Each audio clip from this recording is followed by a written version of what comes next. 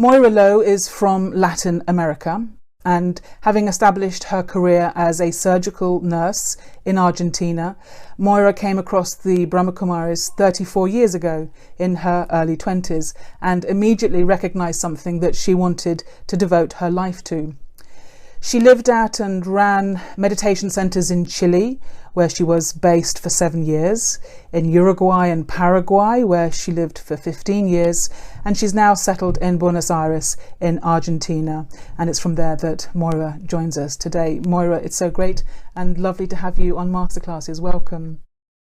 Thank you, Philippa. It's my pleasure to join this amazing, wonderful initiative. Thank you.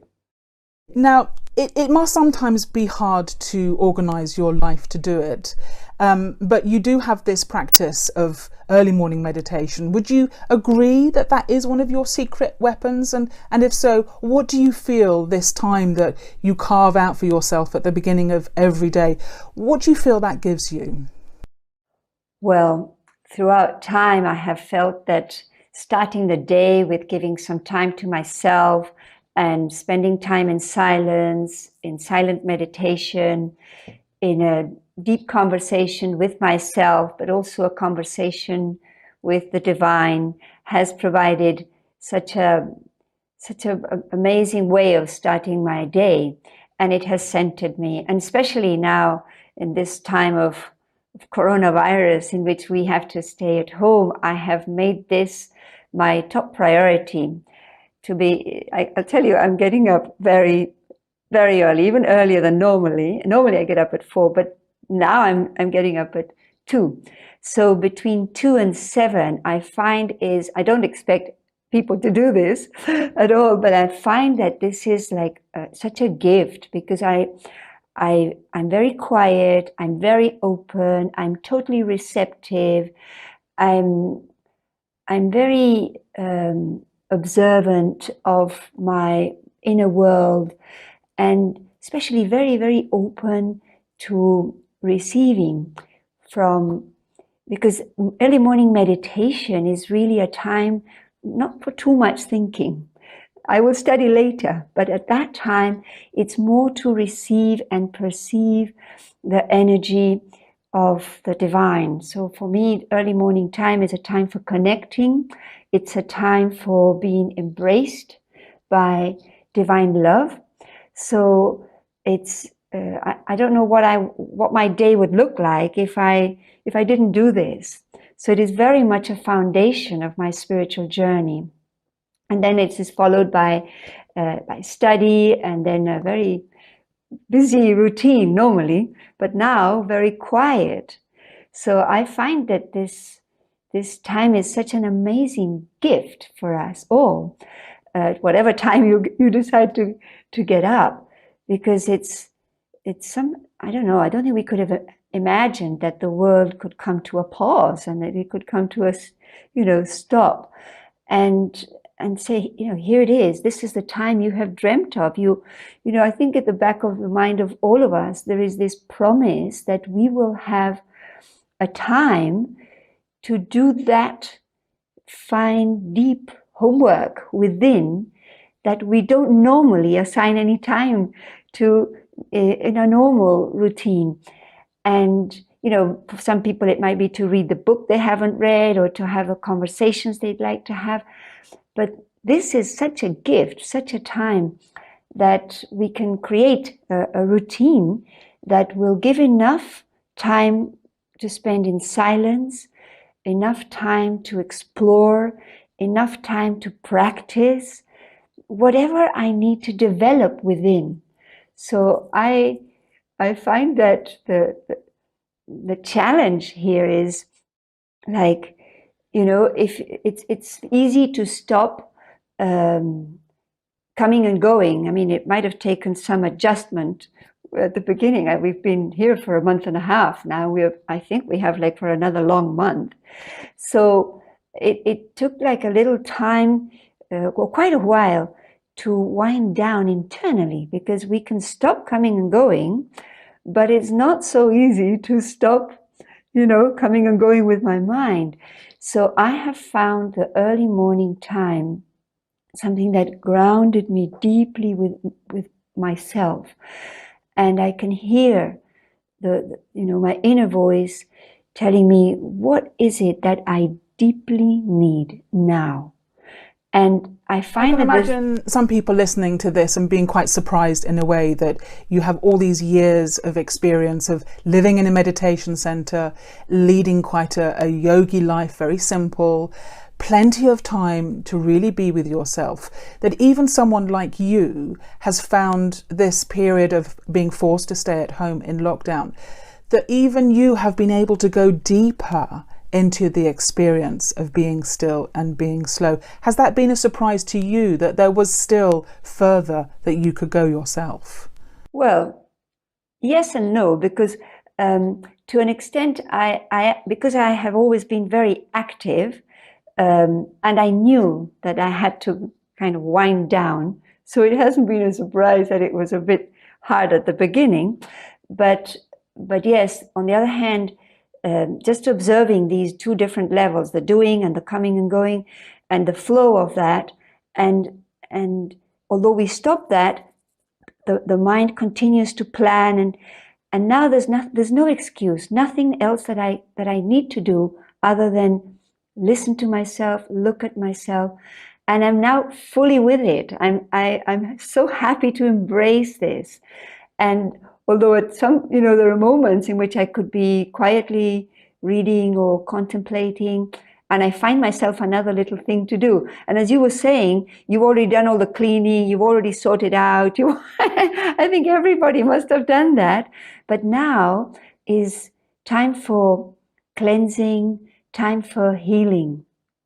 At least this is what I feel, doing the homework that has not yet been done.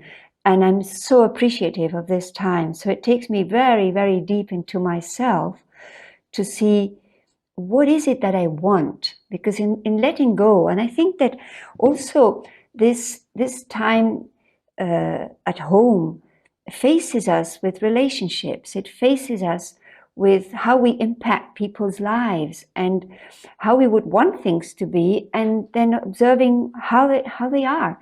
And I think it brings us back home to observe what is happening in my mind, what are the quality of my thoughts, and how the thoughts are such a power that create an energy field all around me. And whatever I am going through in my mind is touching people's lives and impacting the relationships that I hold. So this is a very precious time to see what cleansing needs to happen and what healing needs to happen within myself and also with others. So I find this a very, very crucial moment in my life in which I can really let go of past things that I have kind of put under the carpet or left for a better time, and it needs my full attention. And when I say this, it doesn't mean that I need to focus on something that is painful to feel further pain, to know that pain is painful. But I need to, letting go is an aspect of creation itself. I can only let go of what is holding me back or still disturbing my mind if I can think of what it is that I want, what it is that I need. So the mind will only let go if it has something that is really nourishing and fulfilling the real need. So I find that this, There is a letting go, and I think it would be interesting to explore this. But I'm also curious to really try and understand why we have this resistance to slowing down and stopping. And I'm wondering whether as women we are programmed to take care of other people, to put other people's needs ahead of our own, and that perhaps we feel guilty about concentrating on ourselves. And I don't know in Argentina, but in many industrialized Western countries we have this strong work ethic. We call it the Protestant work ethic. I don't know if the Catholics also have the same work ethic, but it's about, to justify yourself and your time, you need to be doing things, you need to be producing results. And there's something about not doing and simply being the inside of ourselves we struggle with, and we put up barriers to it, and we will find other things to do before we do this work.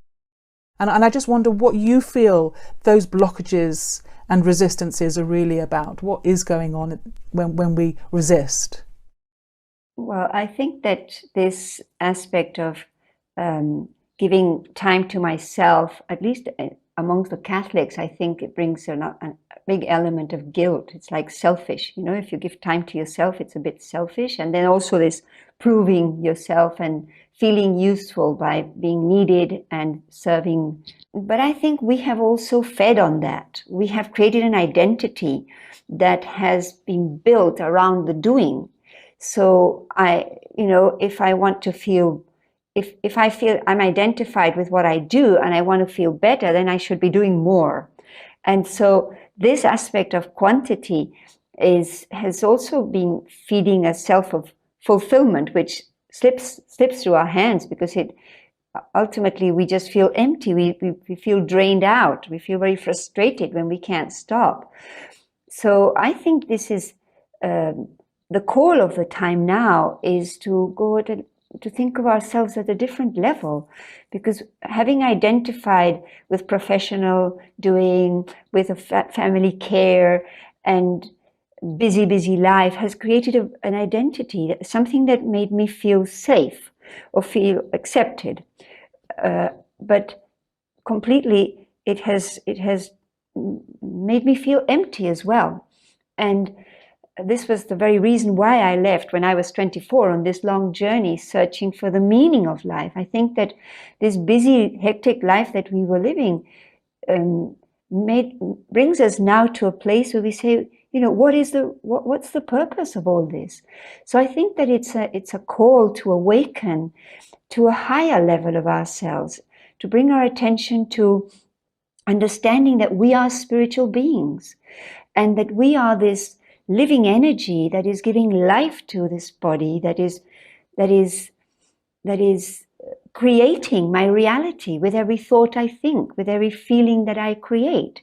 So it puts me at the center of my creation, and I take responsibility for how I feel. So I not only don't feel guilty, because it takes all my attention to focus, to wind down, to observe, to understand who then am I really, and to perceive that I am this living, this light, this spiritual light that shines through everything I create. And so it's a wonder to discover that we are complete, and we are living as an empty battery that has been worn out of continuous expression. We have been drained of our energy, and then we become identified with that emptiness. So we easily identify with weaknesses, we identify with failure. And also when we create positive things in that awareness, it slips away, it's just a temporary thing. But when we look at ourselves deeply, and then we can perceive that this spiritual energy is a constant thing. That's what I am. That's what I have always been, and what I will be forever. So, and I can connect to a level of energy that is so powerful. The more we observe ourselves and tap into the core of our being, then we realize that we are peace itself.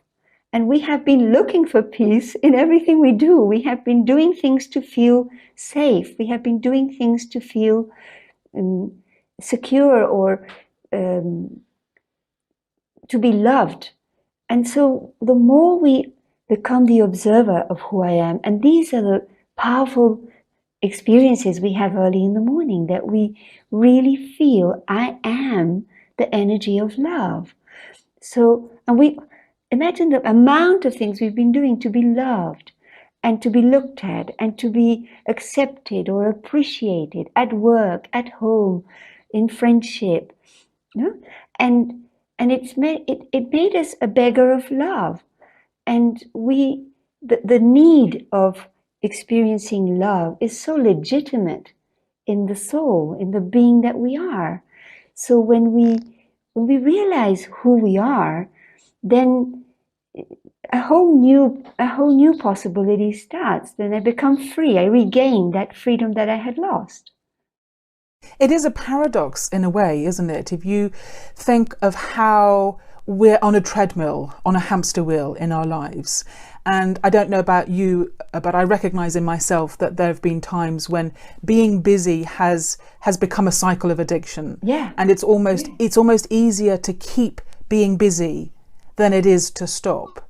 And yet, bizarrely, the thing that we're really looking for and striving for and hoping to achieve through all our busyness, which is a feeling of fulfillment, a feeling of being connected, a feeling of being loved, that those are things that we find when actually we do the opposite of being busy, when we actually stop and spend time with ourselves.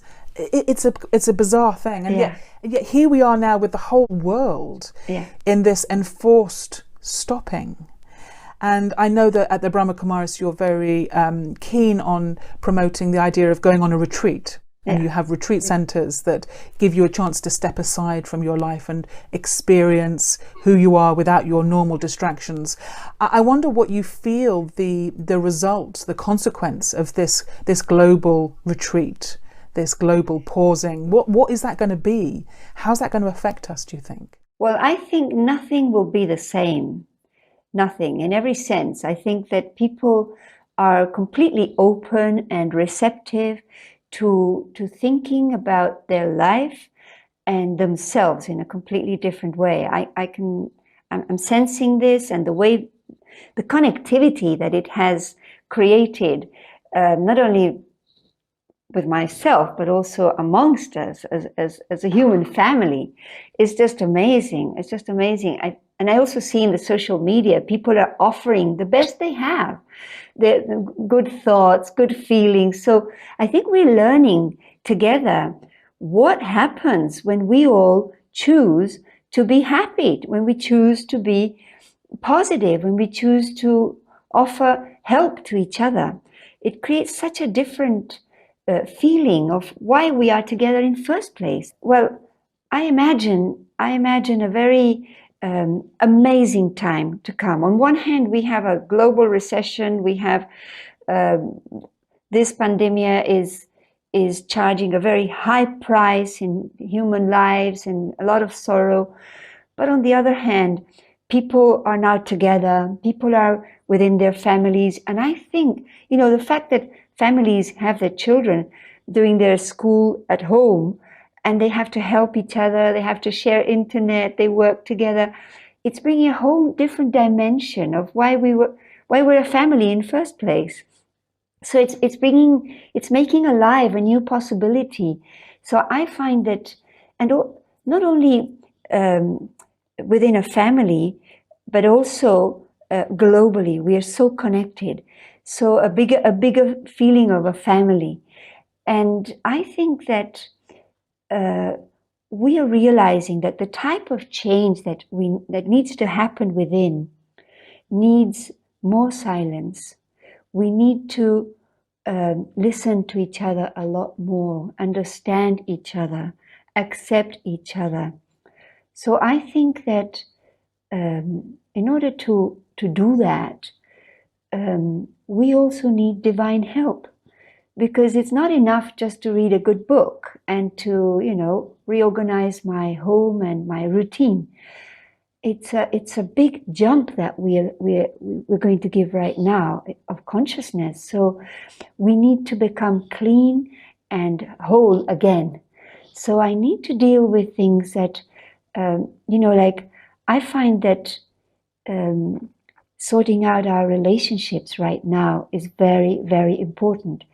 And I think that if you think of families that are, I'm in a retreat place right now. I'm in a place that couldn't be better for this global retreat and the retreat within that retreat. But some families are living together in a small place with their children. They are together spending time which normally they wouldn't, because they would all be doing their own thing in their different places. So this requires a lot of power, a lot of tolerance, a lot of adapting, a lot of discernment. So in order to increase our power, we need to spend time with ourselves, and we need to think deeply how we have that strength, but we need to observe that. And I find that meditation is such a powerful tool to allow us to reconnect to the source of power. Because on one hand, if we give time to ourselves to look within, we will see two things. We will see that there's a beautiful me that is shining and is very beautiful. But there's another side of me that is dark, and they're my habits, my weaknesses that I have identified for too long. And so how do I stay on this side, on the beautiful side, when the influence of my negative habits is so strong, and it puts me on automatic pilot of thought patterns that I can't handle. So I end up reacting to little things. And I imagine how sensitive we become now when we have all the family at home and a lot of pressure and a lot of uncertainty ahead. So I think that meditation, even with a family, would be very, very useful, because it will help us to reconnect with the source of power that can empower the soul. And if we see the soul right now as a battery that has been worn out because we have been expressing continuously without recharging, then I need more power. So when we sit in meditation, we don't only think of myself as a soul, as a being of light, as an energy, but I can reconnect with the source of energy that when it's like connecting two cables, and one has the current and the other one is deprived of that. So if we unwrap the cable itself, then the energy will come from one to the other. And this is like how we can feel more peaceful when we reconnect to God's peace. And the supreme being, the source of power, is also energy, is also a being of light, and not present everywhere, and definitely not within me, because if, at least in this part of the world, people think that God is within me or I'm part of him. But if that was the case, then why would I be empty? Because if he is the unlimited source of power, then I would have that quality. So I'm a receiver of his energy, and I need to reflect that energy, but I'm not the generator of that. So this is the connection that we need to do. And I think that when you think what's next in the world, it's connecting to everything and everybody, and reconnecting to the source. And sometimes people are asking me, with different media interviews now, what can we have hope in? And we can have hope in ourselves, because the being of light that we are is forever. Things have changed. Many things around us will change, but I will always be me. And I can also have hope in my source. And as much as the sun is the source for plants, and the sun shines enough light and heat to awaken what is in a seed, to allow it to grow and blossom and flourish, that happens with us when we reconnect to divine energy that awakens in me that which is in him, which is also my essence. We are peaceful, we are loving, we are true beings. And when that unconditional love touches my heart, it awakens that and allows it to be expressed without fear. So I feel it sounds so beautiful. It sounds so beautiful the way you describe it. It's almost like a healing. It feels a bit like offering yourself to surrender to some process, a bit like an energy upgrade that I can feel the energy that's coming from you as you're speaking. And I know that you used to work as a surgical nurse, preparing people for operations and preparing to meet the surgeon. Do you see any parallels there between the work that you did and in a way this spiritual work that you're doing now? Well, I think that one of the beautiful roles that God plays within the way He intervenes in our life is that He can be a spiritual surgeon.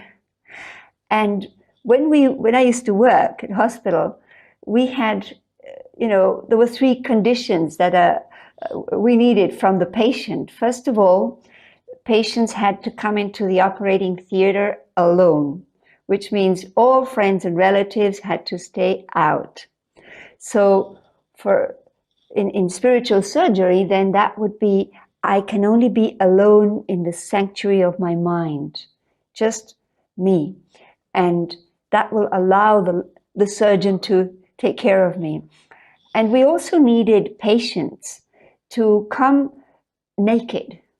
So although we covered them with a sheet, but they had to come to us naked.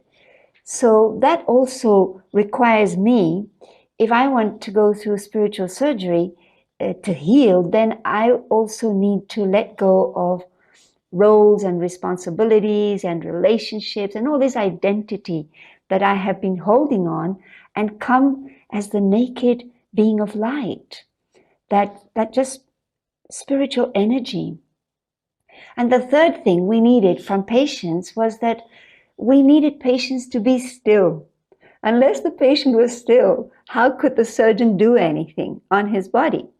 So what does that mean to us is that we need silence. We need to become introverted. Introversion is like the gateway into my inner world. And I need to be quiet and cool and just stay there. I'm not going to do anything because when you go to a surgeon, he does everything. I just need to be there. But in order to go, a patient would have to tell the surgeon what it is that is happening with total honesty, with complete trust. And patients just put their body in the hands of a surgeon. So this is us being completely open about what is it that I need to transform? What has been holding me back? What burden have I carried? Or what wounds are open from the past? And so this is when meditation becomes this very sweet relationship of trust in which I am able to open my heart completely to the divine and allow Him to do His laser beam surgery of love. And if we went through physical surgery, we would have to go through a little bit of pain, maybe afterwards. But spiritual surgery would make me free, would make me feel light, would make me feel one again. And my broken heart will become one. Taking this analogy just one step further, in order for the patient to be in the position where they're needing surgery, there's got to have been some discomfort, some illness, some problem, some kind of hiccup in their life that has led them to need this help. And I wonder if you see that as being a parallel in the spiritual journey as well, that we sometimes do need a little moment of discomfort or pain, yes, or not quite feeling that things are right for us, because when we're happy and things are right, we skip along and we tend to just keep going with what is. But when something comes to interrupt that flow and we feel the discomfort and the pain, and that's in a way what is happening now with this whole pandemic, is that we're feeling the pain of that can be a trigger that makes you think, actually, perhaps I do need surgery, the spiritual surgery that you're talking about. So turning this time of sorrow, of challenge, and seeing that maybe that's playing a vital role in helping me find that depth within myself that I might not otherwise have looked for. Would you agree with that? Totally, totally. Because, I mean, we can be so pleased with just our superficial ego and little attainments, but our heart is craving for something real, for true love, for deep peace, and for deep understanding of, what am I here for? So when things, and I can see, like, right now, the conversations that we're holding with friends and people that we are connecting with, is like, when you look back, you think, how could we do this to ourselves? Or how much more of that do we want? So complete transformation will take place. Of course, according to each one's realization and aims as well. No? But I think that once, that's how I also, when I went on that long journey, it was when nothing worked for me anymore. I felt that there was nothing else that I wanted from anyone or anywhere. And I was backpacking the world, and I was not really aiming to go anywhere in particular. And I was not looking for anyone. I just wanted to understand, what is it that I'm here for? What am I meant for? And I think this makes us hit rock bottom. And when nothing worked for me, also because my mind was so loud, so loud, I had so many questions. So I thought, I need to stop. That was when funnily enough, I was in India, and I realized that traveling didn't make it for me anymore.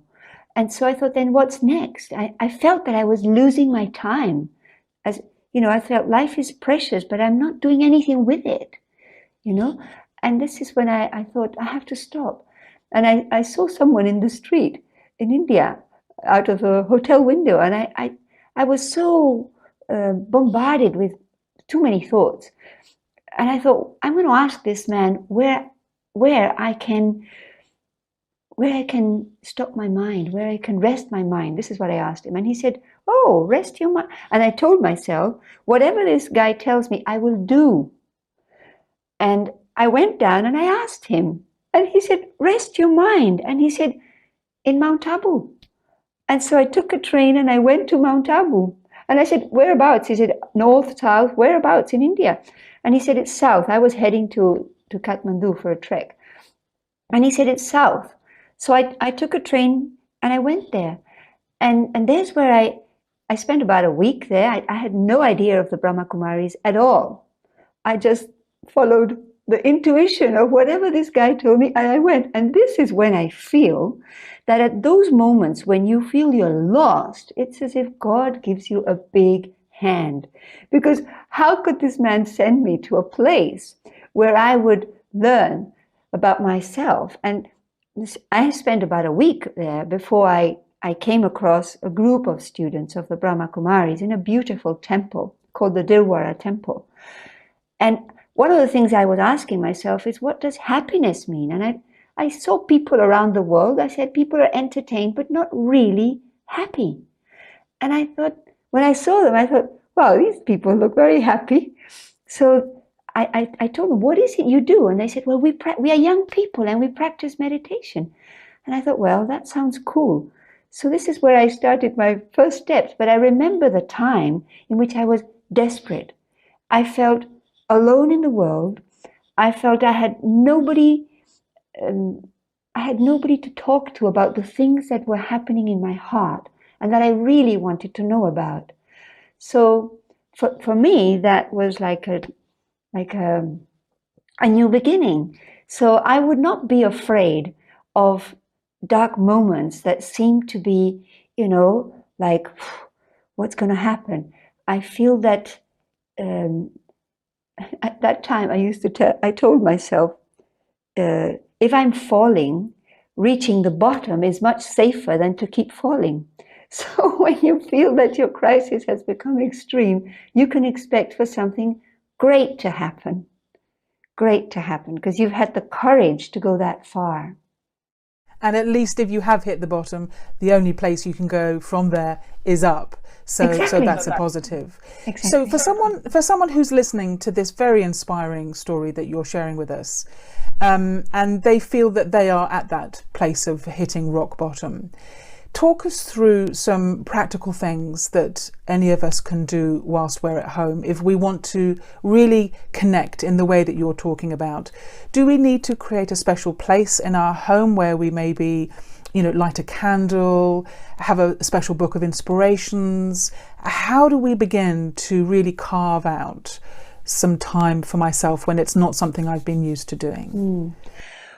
Yeah, definitely. If you can set some space for you, it may not be possible if you're living with a family who you're sharing maybe even a small place, but sometimes to find a space for yourself is about the time that you do it as well. So I would suggest to start earlier in the morning, because sometimes when you wake up, you already need to take care of the family or start doing things, or even your work at home or the children. But if you start a little bit earlier, create time for the self. So in order to spend 15 minutes, half an hour, however much you would like to spend with yourself, and sit quietly. And time, if you have something positive that you can read that will feed your mind, positive thoughts, that is great. Otherwise, you can play very soft music and create a little environment for yourself to sit and look inward. So that time would be time to talk to yourself, to know yourself, to become aware of who you are and your real power within. And you can start with simple thoughts like, I am a peaceful being. And you may not believe that, because you may have been angry yesterday, or you may not be at peace normally, but we start using our creative energy and the power of creation, which is thought power. So let me create thoughts that will take me back home to reconnect with that very powerful, cool, quiet energy of peace that I am. And I observe that. So maybe other thoughts come, and maybe I can say, okay, I'll think about that later, but let me come back to this thought, and let me every day practice going back to this sanctuary of my mind and observing this energy. And then also I can become an observer of my mind. What kind of thoughts am I creating? So then I can ask myself, what is it that I want? And I will slowly discover that what happens in my mind is really up to me. So a beautiful gift of the spiritual practice is that we realize we have the power to choose. So if I'm having negative thoughts about someone or something, then I can ask myself, what is it that I want? And can I create thoughts that will bring me closer or will help me to find a solution? Even if things are all adverse, we can still have a positive vision of whatever we need to get done, or whatever, even what is happening. So I think that just starting every day, giving your time to yourself, and then during the day, if you can every now and then make a little pause and reconnect with the self. We have in Brahma Kumaris a little practice called traffic control. And this is the traffic of our thinking. So there are applications that you can use called traffic control. And that is, it will sound some music every hour, every 2 hours for just a couple of minutes that you can stop. Whatever you're doing, you can stop and just bring yourself back home, back to that inner sanctuary where you can reconnect with your original energy, your pure energy, your light. And then we continue to do what we have to do, because there's a myth thinking that meditation is about being still all day and fixing your eyes on something. And meditation is really about being awake. It's about being connected. Connected to meaning, connected to the self, connected to God, connected to others in a beautiful way, a positive way. So when we think of meditation as being connected, then it's something we want to do all day. But if we think of it as something we have to stop and leave, everything aside, then we think, not possible. I've got too many other things to do. So we can also think about it as relationship, because it's the relationship with myself, and it's also the relationship with the divine. And we are in relationship with everybody around, but we need to offer these relationships better energy. So every day I can think of maybe this relationship or that relationship. What does it need to become everything it could be?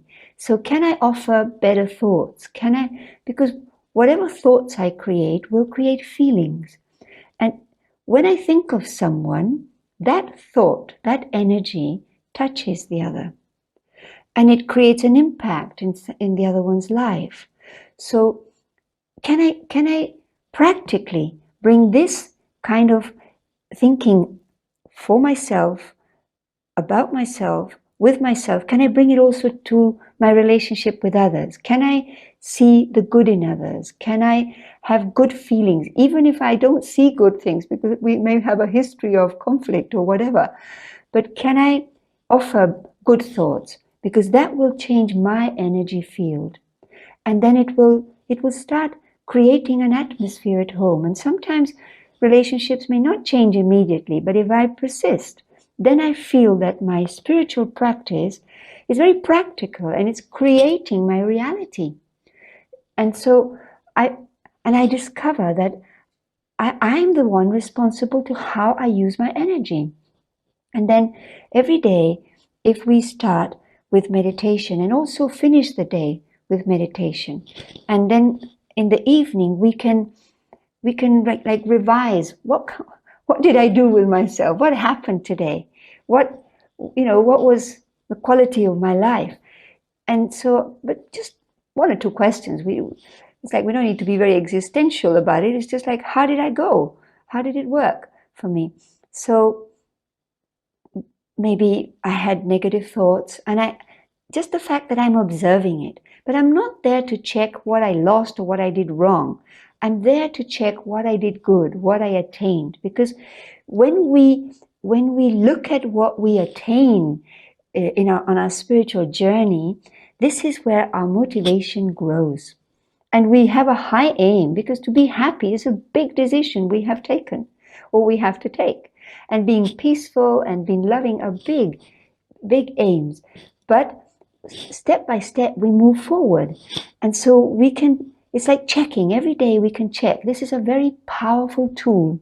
And we in the Brahma Kumaris have this little routine at night before we go to sleep. We give ourselves a little time. We sit in meditation and have a conversation with myself and also with God, and make Him part of my life. Share my heart with Him. Maybe I didn't do well in several things. Okay, tomorrow it will be better, but I also need to prepare my mind to rest. Because if I go to sleep worried and, heavy, then although I will sleep, not necessarily I will rest. So next day I will take on from those thoughts, and that will determine my day. It's very interesting to observe that the last thoughts of one day will be the first day thoughts of the next day. So and it's just games that we play inside, because we're starting to discover, what energy am I, and how does this energy work? What powers are within me? And so this is a practice and also to feel, it's so important to have this conversation with God, because He will help me. He will give me the power that I need, but I need to create this relationship of total honesty. I don't need to prove Him anything. He loves me anyway. So that we God never forgets his children. It's his children who forget the Father. So this is really, I like the word we use in Brahma Kumaris, which is remembrance. Because meditation, coming from the Latin medere, which means healing, is not the only thing we want to do in our life. We want to blossom. We want to be ourselves. And so when we remember, it's like remembering who I am and who I belong to. Because we are facing a big challenge, and we might be facing much bigger challenges. And we can only do our best. And the most honest and significant, I would say effort, but I mean attention on my aim. And I will do so much. But like little children, if they come back from school and they have to walk a few blocks back home, if they get tired, they just ask the parents to hold them. So they'll walk as much as they can, but then the father or mother will carry them the rest. And we as children of the Supreme have that right. And we don't need to do it all.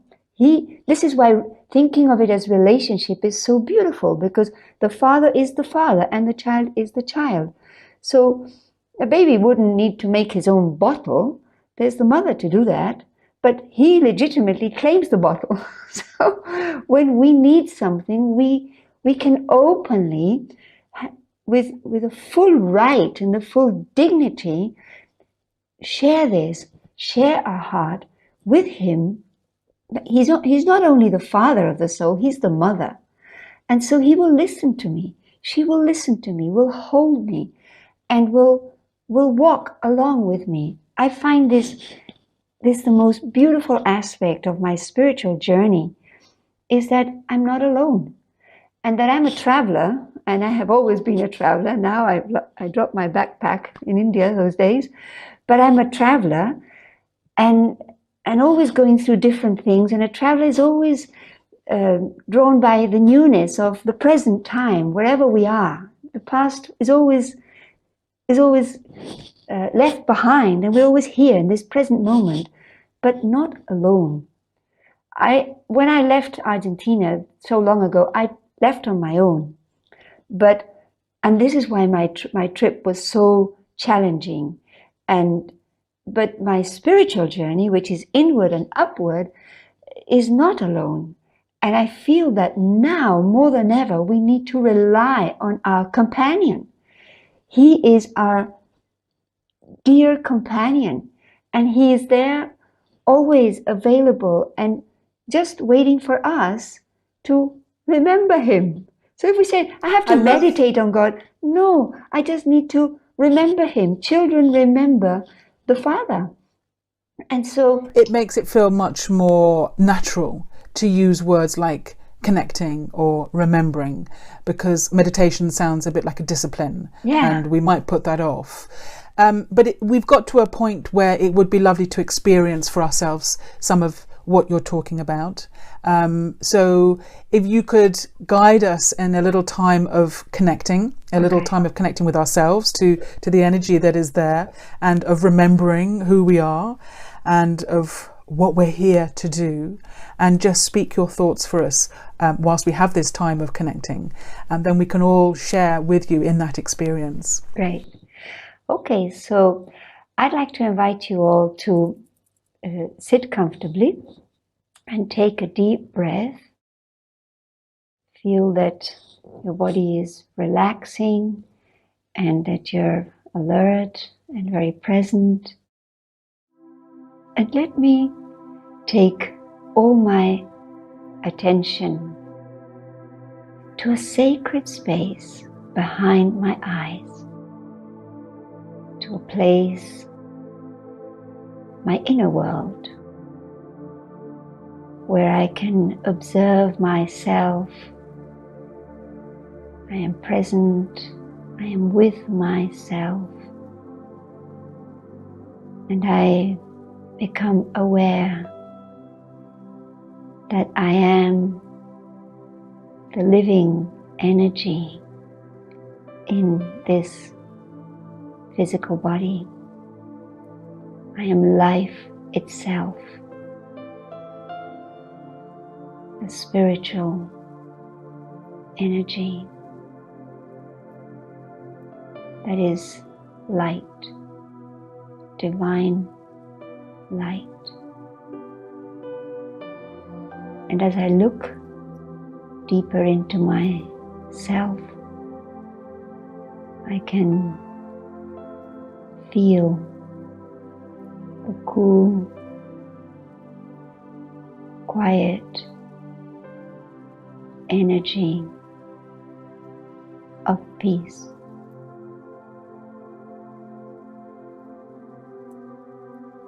And I feel free from worries, free from any influence. I feel very light, completely free.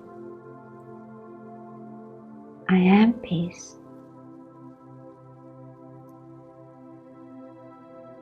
Peace is my power.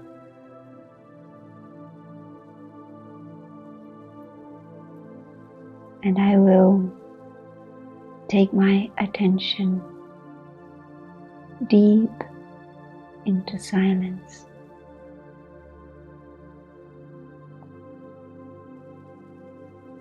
Into the feeling of total calm.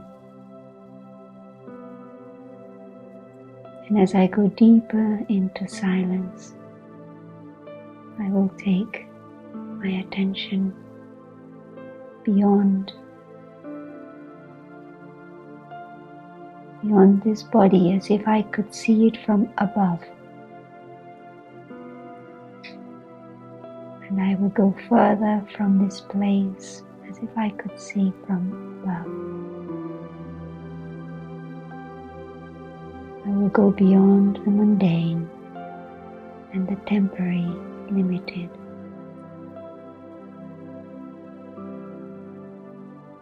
Into a dimension of unlimited silence. And I feel surrounded by peace. This is my home. And I see myself as light. I am only light, like a small shining star, in the presence of supreme peace, the light of God, my Father, my Mother.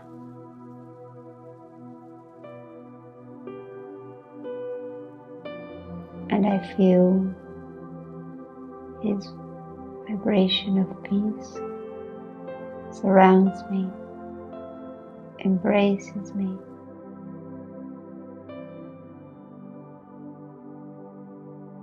and shines into every corner of my being.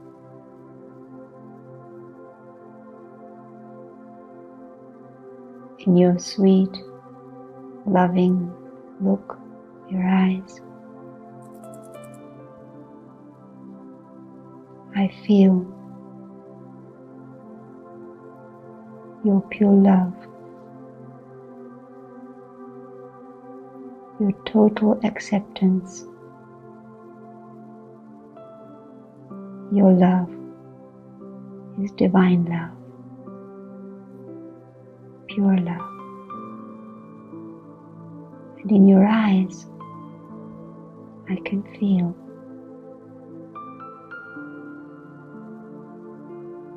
sweet child, I am always, always here for you. I know you forever.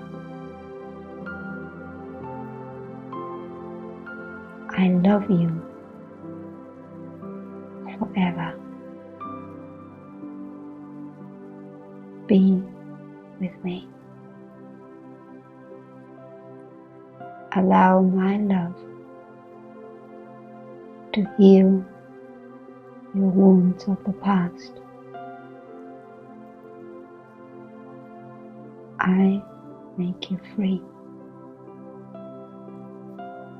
No need to worry, nothing to fear.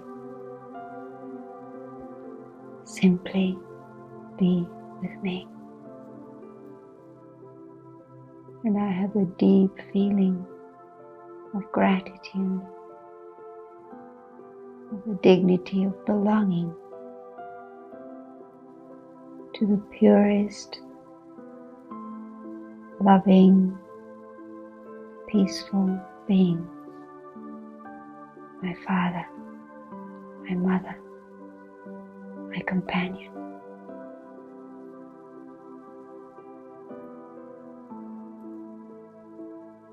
And in the joy of being who I am, I will return with my mind, knowing that I can come home whenever I want. It is always only a thought away.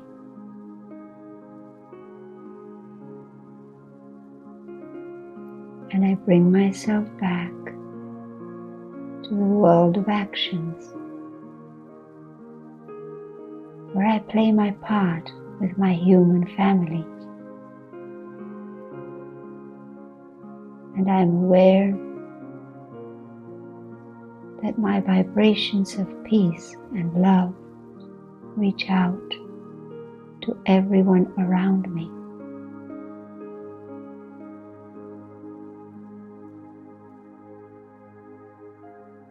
And I allow this energy to run through my body, giving back the life energy to create immunity, health, and I come back again.